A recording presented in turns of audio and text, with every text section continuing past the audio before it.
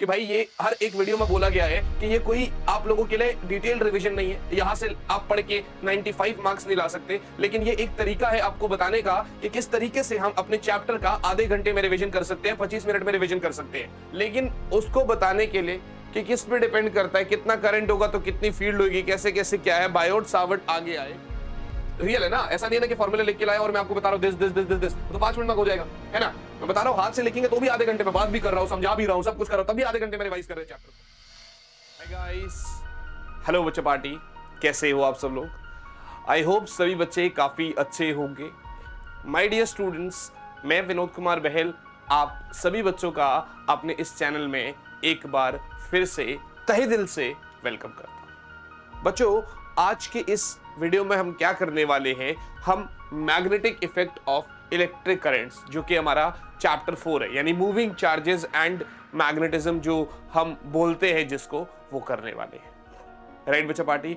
So guys, ये 30 minute में हम कवर करने वाले हैं। उससे पहले आपको इस सीरीज के बारे में बता दूं कि हम डेली बेसिस पर एक चैप्टर का पहले वन शॉट करते हैं, उसके बाद रात को उसी चैप्टर का हम एमसीक्यू टेस्ट ले रहे होते हैं। कायदे से थोड़ी सी कुछ मीटिंग्स के चक्कर में मेरा ये वाला लेक्चर रह गया था, तो ये जो इसका टेस्ट है उसका लिंक ऑलरेडी नीचे डिस्क्रिप्शन में है, आप जाके दे सकते हो और एमसीक्यू अटेम्प्ट कर सकते हो आप। साथ ही साथ में टेलीग्राम चैनल जिसका नाम है फिजिक्स ऑन योर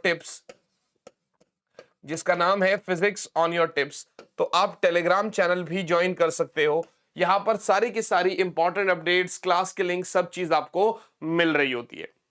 सबसे पहले बच्चों, ये जो चैप्टर है, ये एक बात फिर से रिपीट कर रहा हूं। कुछ लोग ऐसा कह रहे हैं कि भाई थियरी सब्जेक्ट थोड़ी है कि आधे घंटे में चैप्टर खत्म हो जाएगा, तो मैं बता दूं आप लोगों को कि भाई ये हर एक वीडियो में बोला गया है कि ये कोई आप लोगों के लिए डिटेल्ड रिवीजन नहीं है, यहां से आप पढ़ के 95 मार्क्स नहीं ला सकते, लेकिन ये एक तरीका है आपको बताने का कि किस तरीके से हम अपने चैप्टर का आधे घंटे में रिवीजन कर सकते हैं, 25 मिनट में रिवीजन कर सकते हैं। आपको क्या करना है, कोई भी टॉपिक सपोज करो मैंने आपको दे दिया, अब जैसे ही मैं टॉपिक लिख रहा हूं तो आपके दिमाग में उसकी इमेज आ जानी चाहिए। अच्छा, ये तो ऐसे पढ़ा था, ये ऐसे डिराइव हो जाएगा, ये ऐसे। अगर तो वो इमेज बन रही है, इसका मतलब आप उस टॉपिक में परफेक्ट हो चुके हैं। और अगर इमेज नहीं बन रही तो साइड में लिख लेना कि भाई इसके ऊपर एक बार और काम करने की जरूरत है। तो मैं इस मुहिम में आपकी हेल्प कर रहा हूं। एटलीस्ट मैं पूरा दिन रात स्ट्रैटेजीज नहीं दे रहा हूं, आप समझ रहे हैं मेरी बात को, है ना। क्योंकि मैं कंटेंट, भाई अपना देखो, जब अपने को टाइम मिलता है हम उस टाइम पे चैनल पे कंटेंट देने आ जाते हैं, चाहे कम दे रहे चाहे ज्यादा दे रहे, पर कंटेंट दे रहे हैं जब अपने को टाइम मिल जाता है। चले खैर आगे बढ़ते हैं भाई। नो हार्म टू एनीबॉडी, जरा ध्यान से देखिएगा भाई। ये मैंने magnetic effect of electric current पढ़ लिया। अगर आप ध्यान से देखेंगे तो सबसे पहले हमारे इसमें देखिए, ऑयस्टेड साहब ने तो बता दिया था कि यार आपका current carrying wire produces magnetic field, right. लेकिन उसको बताने के लिए कि किस पे डिपेंड करता है, कितना करंट होगा तो कितनी फील्ड होगी, कैसे कैसे क्या है, बायोट सावर्ट आगे आए और इन्होंने कहा सर अगर किसी भी वायर में करंट फ्लो कर रहा है, डीएल लेंथ एलिमेंट ले रहा हूं, थीटा पे भी डिपेंडेंसी थी, आर वेक्टर था, ठीक है ना, किसी भी पी पॉइंट पर मैग्नेटिक फील्ड कितना होगा भाई। तो इन्होंने कहा सर ये जो डीबी है ना, this is equals to mu naught by 4 pi I dl sine theta over r square. ये है स्केलर फॉर्म इसका, राइट है जी। माने इन सब चीजों पे डिपेंड कर रही है। म्यू नॉट बाई 4 पाई क्या है भाई, एक कांस्टेंट है। Mu naught is magnetic permeability, और अगर उसकी पूरी वैल्यू देखी जाए तो म्यू नॉट बाई 4 पाई जो निकलता है हमारा, that is basically 10 raise to the power -7 tesla metre per ampere.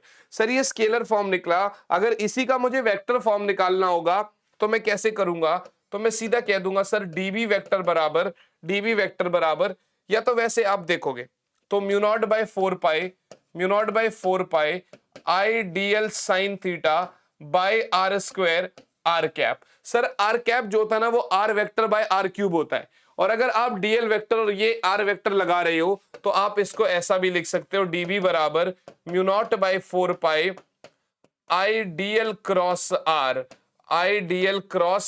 Are बच्चा पार्टी, राइट है जी, आईडीएल वेक्टर क्रॉस आर। भाई एक हिसाब से मैं सीधा यही कह दूंगा आपको कि यार ये ना करंट एलिमेंट है, बाय आर क्यूब ले सकते हो आप। उसका कारण क्या है भाई, भाई Idl r sine theta by r cube हो जाएगा, because r cap is r by r, r vector by r. Got it guys? तो ये इसका वेक्टोरियल फॉर्म भी आपको मिल जाता है। ये तो है किसी भी पॉइंट पर, लेकिन स्मॉल मैग्नेटिक फील्ड है। अब इसका इंटीग्रेशन करके टोटल मैग्नेटिक फील्ड निकालने के लिए हमें इसके एप्लीकेशन पढ़ने पड़ेंगे। और एप्लीकेशन के नाम पे जो सबसे पहला एप्लीकेशन है, एप्लीकेशन के नाम पे जो सबसे पहला एप्लीकेशन है कि सर अगर एक करंट कैरिंग स्ट्रेट वायर है, एक स्ट्रेट करंट कैरिंग वायर है, उसकी वजह से सिमिलरली डीएल एलिमेंट ले लिया, किसी भी पी पॉइंट पर मैग्नेटिक फील्ड बताना है, कैसे करेंगे? ये पूरा एल है बच्चे, ये थीटा है, तो इसको मैंने 5 लिया, इसको 90 लिया। डेरिवेशन आपको डिटेल में सारी मिल जाएगी, इसी चैनल पे मिल जाएगी, कहीं से भी लोगे। ये मैंने -5 लिया क्योंकि नीचे है, और ये +5 लिया। और आई गेस आप लोगों ने अगर इसको करा होगा डिटेल में तो आपको याद आ रही होगी चीजें, अच्छा हाँ ये तो ऐसे करते थे। ये जो दूरी है यहां से लेकर यहां तक की, ये ए दूरी ले रहा हूं मैं, और ये तो अपना आर वेक्टर है ही है। Got it guys? और यहां से जब आपका मैग्नेटिक फील्ड आता है, इस केस में जब आपका मैग्नेटिक फील्ड आता है, वो आता है μ0/4π I/a sine of φ1 plus sine of φ2। Right है जी। फिर इसके अंदर भी एक आपका केस 1 आता है कि जब आपका इनफाइनाइट वायर है and point lies near mid of the wire, बीच में कहीं पर। अपने को नहीं पता भाई, इनफाइनाइट है तो ऐसे बहुत ऊपर ऐसे गर्दन उठा के देखनी पड़ेगी। उस केस में फिर आपका φ1 φ2 दोनों 90 डिग्री बनते हैं, और जब ये 90 डिग्री बनते हैं तो मैग्नेटिक फील्ड होता है μ0/4π I/a, इधर आपका 2 हो जाएगा, because sin 90 plus sin 90, so I can say μ0 into 2I/4πa। I hope this is very clear, या फिर μ0 I/2πa। Got it guys? यहां तक की कॉन्सेप्ट समझ में आ रही है आपको? बहुत ही बढ़िया। अब क्या होगा केस 2 में, भाई point lies near one and, point lies near one and बेटा, तो इस केस में आपका φ1 तो 90 डिग्री है, ठीक है ना, φ1 तो 0 डिग्री है। Got it? या यू कहो φ1 0 डिग्री है तो φ2 आपका 90 डिग्री हो गया, और जो मैग्नेटिक फील्ड आपका मिलेगा that is μ0 I/4πa, that is μ0 I/4πa। And I hope this is very clear to you all. मेरे हिसाब से ये कॉन्सेप्ट, ये चीज आपको समझ में आ रही है मैं क्या बोल रहा हूं। ये बायोट सावर्ट लॉ का पहला एप्लीकेशन हो गया।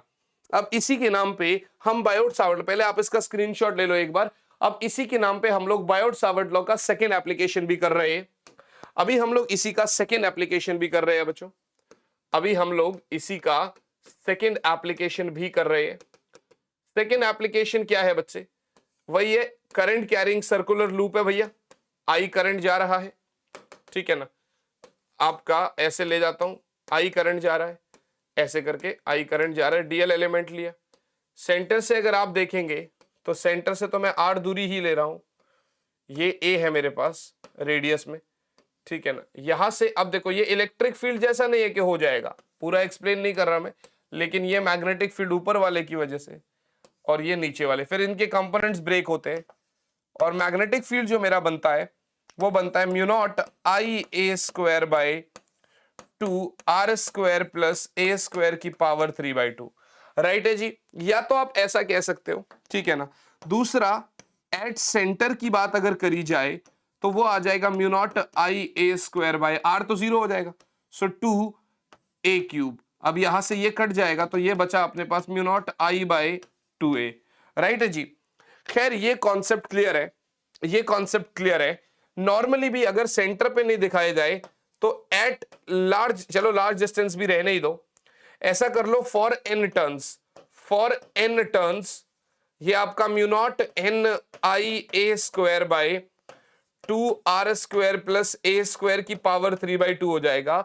बट क्वेश्चन तो कहीं से भी आ सकता है, तो इसको आप फर्दर अगर मैं पाई से मल्टीप्लाई करता हूं तो μ0 Ni इंटू पाई A², नीचे में भी 2π R² प्लस A² की power 3/2।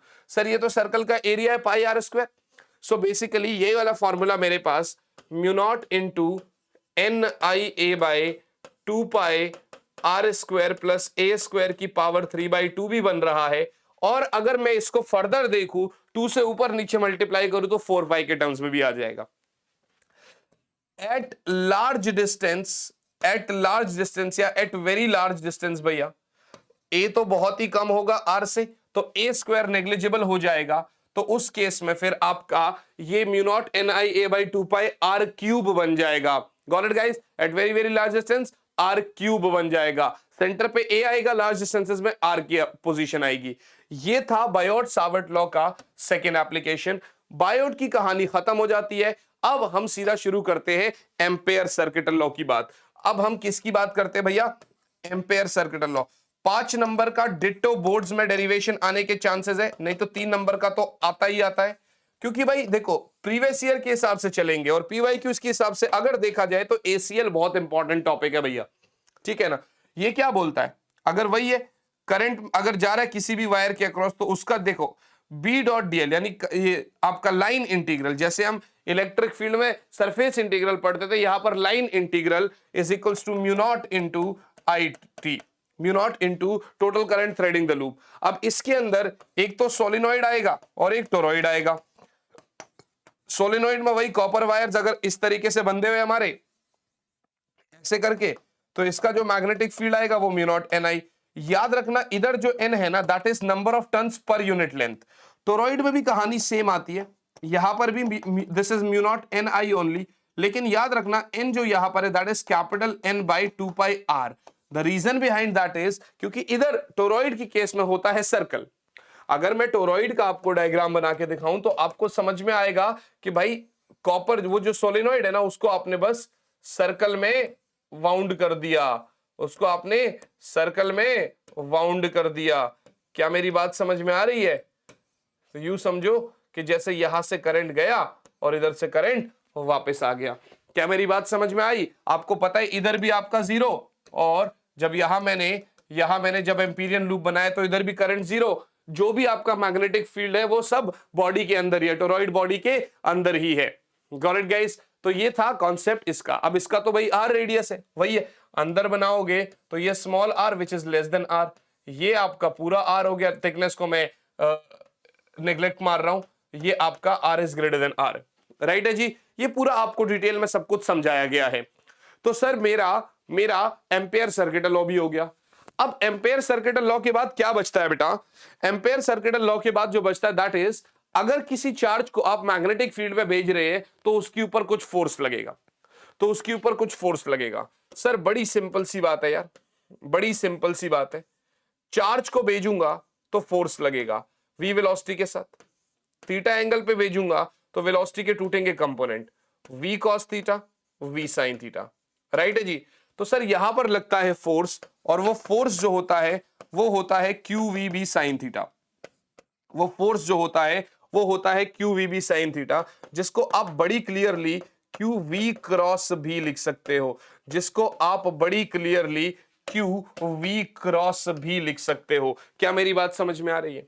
And I hope this is clear. So force is like q v cross B. मेरे हिसाब से बहुत क्लियर सी बात है, बिल्कुल अच्छे से समझ में आ रही है चीज आपको। तो फोर्स अपना क्या हो गया भैया?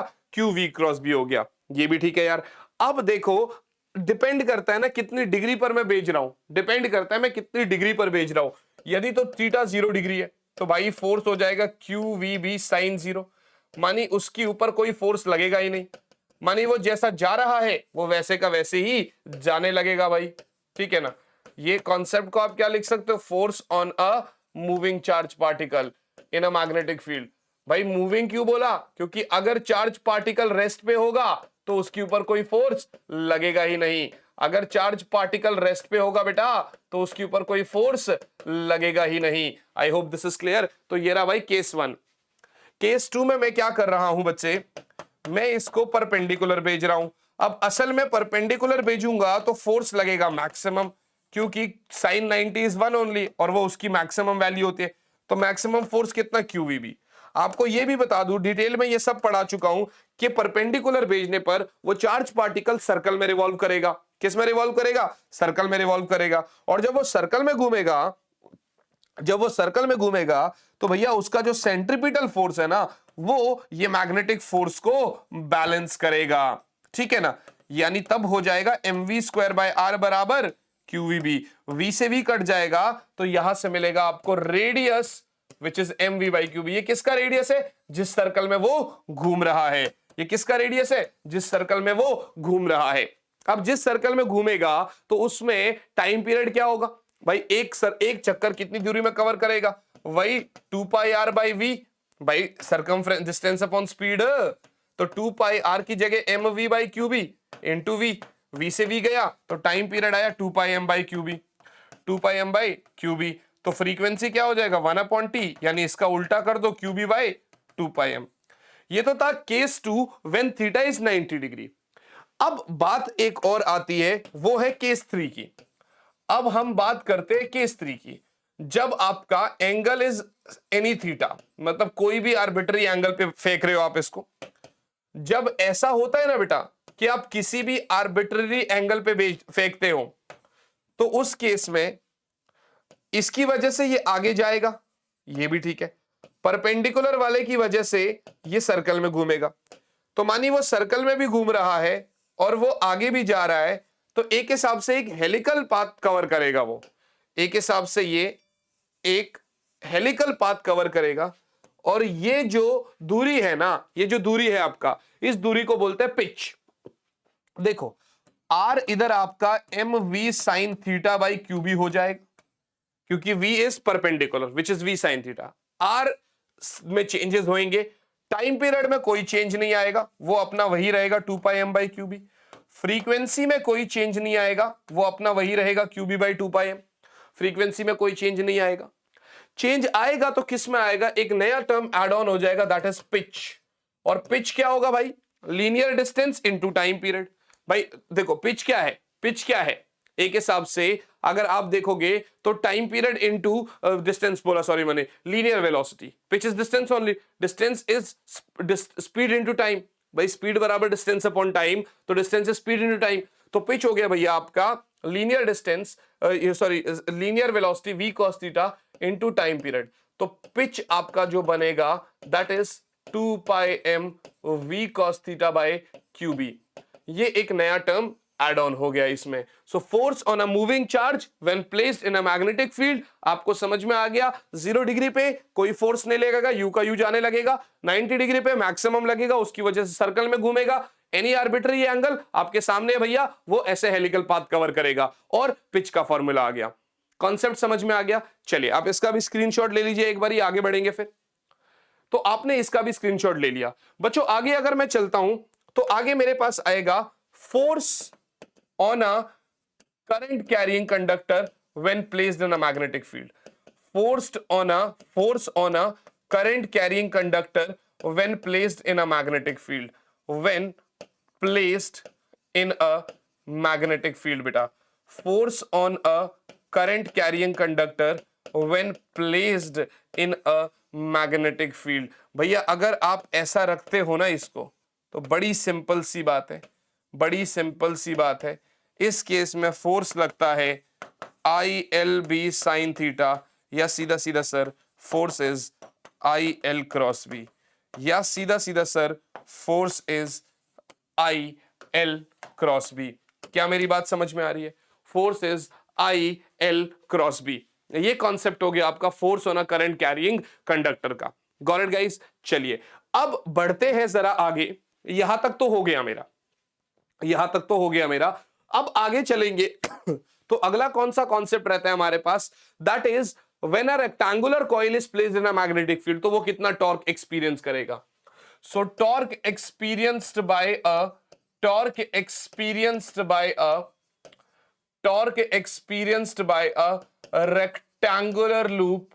rectangular loop when placed in a magnetic field, right. आपने देखा होगा मैं कोई भी फॉर्मूला लिख के नहीं लाया, ठीक है ना, और सारी चीजें दिमाग में घूम रही है, याद है। एक आध चीज मिस भी हो सकती, जैसे लास्ट चैप्टर में पावर वाला टॉपिक मिस हो गया था, लेकिन कोई बात नहीं ना, अपने को पता है कि भाई ठीक है, अगर मिस हो भी गया तो रियल है ना। ऐसा नहीं है ना कि फॉर्मूले लिख के लाया और मैं आपको बता रहा हूं this this this this this, तो 5 मिनट में हो जाएगा, है ना। मैं बता रहा हूं हाथ से लिखेंगे तो भी आधे घंटे में, बात भी कर रहा हूं, समझा भी रहा हूं, सब कुछ कर रहा हूं, तब भी आधे घंटे में रिवाइज कर रहे हैं चैप्टर को। तो टॉर्क क्या होगा भाई? आप सबको पता है इसका टॉर्क होता है B N I A sine theta, निब्बा sine theta चाहे बनिया साइन थीटा, राइट है जी, ये अपना टॉर्क हो गया। बाद में आपको पता चलेगा कि ये एम होता है आई ए, मैग्नेटिक मोमेंट जो होता है वो आई ए के बराबर होता है, तो इसको मैं एम बी साइन थीटा भी लिख सकता हूं, या क्योंकि ये वेक्टोरियल क्वांटिटी है तो मैं इसको एम क्रॉस बी भी लिख सकता हूं। गॉट इट गाइस, ये चीज हो गया। अब बड़ी सिंपल सी बात है यार, देखो साइक्लोट्रॉन अभी सिलेबस में नहीं है तो नहीं करवा रहा, ठीक है ना, लेकिन हाँ इसी का कॉन्सेप्ट होता है एमसीजी में use, moving coil galvanometer. Moving coil galvanometer में क्या कहता है, जैसे आपने एक तार से अपनी कॉपी को बांध दिया, आपने घुमाया तो वो वापस रिस्टोरिंग टॉर्क जनरेट करेगा, वापस आने की कोशिश करेगा। तो असल में जो रिस्टोरिंग टॉर्क है बच्चे, वो डायरेक्टली प्रोपोर्शनल है कितना ट्विस्ट आया उसमें, कितना ट्विस्ट आया। और मेरे को तो अल्टीमेटली ये प्रूफ करना है कि I is directly proportional to this angle, right. तो रिस्टोरिंग टॉर्क जो मेरा हो जाएगा वो के फाई हो जाएगा, दिस इज टॉर्शनल रिजिडिटी या टॉर्शनल कांस्टेंट। और साथ ही साथ में भैया जो गिवन टॉर्क था वो बनिया साइन थीटा था। आप जब डिटेल में करते हो तो हम इसको सॉफ्ट आयरन कोर के ऊपर बांधते हैं ताकि एंगल बने 90 डिग्री और ये साइन थीटा साइन 90 बने। तो एक हिसाब से फर्स्ट और सेकंड से अगर मैं देखूंगा तो ये कब तक घूमेगा, जब तक आपका अप्लाइड टॉर्क रिस्टोरिंग टॉर्क के बराबर ना हो जाए। और जब बराबर हो जाएगा तो भैया यहां से आपका आई जो बनेगा that is K by B N A into five, this is directly, तो I is directly proportional to five या आई बराबर जी फाइव। मेरे को तो यही प्रूफ करना था, ठीक है ना। G is galvanometer constant, G is galvanometer constant. मुझे अल्टीमेटली एमसीजी से यही चाहिए था। ये एक डिवाइस है जो हमें करंट को डिटेक्ट करता है या बहुत छोटे करंट को मेजर करके हमें हमारी हेल्प करता है। This is moving coil galvanometer, right बच्चा पार्टी। अब यहीं पर आता है आपका करंट सेंसिटिविटी और वोल्टेज सेंसिटिविटी। करंट सेंसिटिविटी में क्या बोलता है हमें, ये हमें बोलता है कि भाई deflection produced by passing a unit current through it, ठीक है ना, by passing a unit current through it. तो एक हिसाब से आई आपका K by B N A into five है, मैं इसको डिफ्लेक्शन प्रोड्यूस्ड बाय करंट कर दूं, so five by K by B N A into five हो जाएगा। ये तो बिल्कुल ठीक है, फाइव से फाइव कटेगा तो आई एस हो जाएगा B N A by K, right. अब वी एस तो क्या होगा, आपका deflection produced by V which is 5 by I R. भैया 5 बाई आई तो आई एस है, तो कायदे से आई एस बाई आर भी लिख सकता हूं, राइट है जी। अगर आई एस बाई आर करना है तो मानी बी एन ए बाई के इंटू आर भी लिख सकता हूं मैं। इसको क्या लिख सकता हूं, इसको मैं लिख सकता हूं बेटा बी एन ए बाई के इंटू आर। ये हुआ मेरा voltage sensitivity. Deflection produced when unit volt is passed across the coil या जो भी आपका गैल्वेनोमीटर है, राइट बच्चा पार्टी। ये हो गया। Last topic of the chapter is conversion of galvanometer into ammeter and voltmeter. भाई आपने इसका स्क्रीनशॉट एक बार ले लो आप लोग, एक बार इसका स्क्रीनशॉट ले लो, आई गेस ले लिया आपने, चलो। सो अब जो आता है दैट इज बच्चे कन्वर्जन ऑफ गैल्वेनोमीटर इनटू, पहला वाला आएगा एमीटर। आपको बता दूं एमीटर में कन्वर्ट करने के लिए बेटा आपको पैरेलल में शंट लगाना पड़ेगा। शंट का मतलब यह है कि अगर बहुत हाई रेजिस्टेंस लगा दोगे, मैं थोड़ा समझाने की कोशिश करूं, तो सारा करंट आपका गैल्वेनोमीटर से जाएगा। तो हम वेरी लो रेजिस्टेंस लगाएंगे ताकि सारा करंट लगभग इससे चला जाए और थोड़ा सा जो करंट रह जाए, अगर यहां से आई जा रहा है तो इधर आई जी जाएगा और इधर आई माइनस आई जी जाएगा। गॉट इट, क्योंकि आपने पैरेलल में शंट लगा दिया। अब भाई बड़ी सिंपल सी बात है, इसका रेजिस्टेंस आर जी है, पोटेंशियल सेम रहेगा, तो V बराबर V यानी आई जी आर जी बराबर आई minus I ji into S, right है जी। तो आप यहां से S भी निकाल सकते हैं which is basically I G R G upon I minus I G upon I minus I G. This is that shunt, इसको क्या बोलते हैं, शंट। ये था आपका एमीटर में। दूसरा हिस्सा आएगा, इसको मैं वोल्टमीटर में कैसे कन्वर्ट करूं, दूसरा हिस्सा आएगा मैं इसको वोल्टमीटर में कैसे कन्वर्ट करूं। तो कोई बड़ी बात नहीं भाई, आप सीरीज में एक बहुत हाई रेजिस्टेंस ऐड कर देना, ठीक है ना। करंट तो भाई वही अपना दोनों में सेम जाएगा अगर ऐसी बात है तो V बराबर क्या होएगा, IG इंटू आर टोटल, और I can say r total क्या होगा, RG plus R, this is your V। तो V upon IG is RG plus R। कोई आपसे अगर ये R पूछेगा तो सीधा सीधा भैया V upon IG minus IG minus RG। I hope this is clear. तो ये भी एक कॉन्सेप्ट था when we convert the galvanometer into ammeter and into voltmeter. बच्चों ये आपने देखा कि आधा घंटा भी नहीं लगा इतना बड़ा चैप्टर को हमें रिवाइज करने में, राइट बच्चा पार्टी। अगर आप देख पा रहे हैं तो सबसे पहले एक बार फिर से बता दूं भाई, ये टेलीग्राम चैनल का लिंक है, तो टेलीग्राम चैनल जरूर ज्वाइन कर लेना। डिस्क्रिप्शन में आपको चैप्टर, इसी चैप्टर के एमसीक्यू टेस्ट भी मिल जाएंगे जिसमें इसके एमसीक्यू क्वेश्चंस होंगे।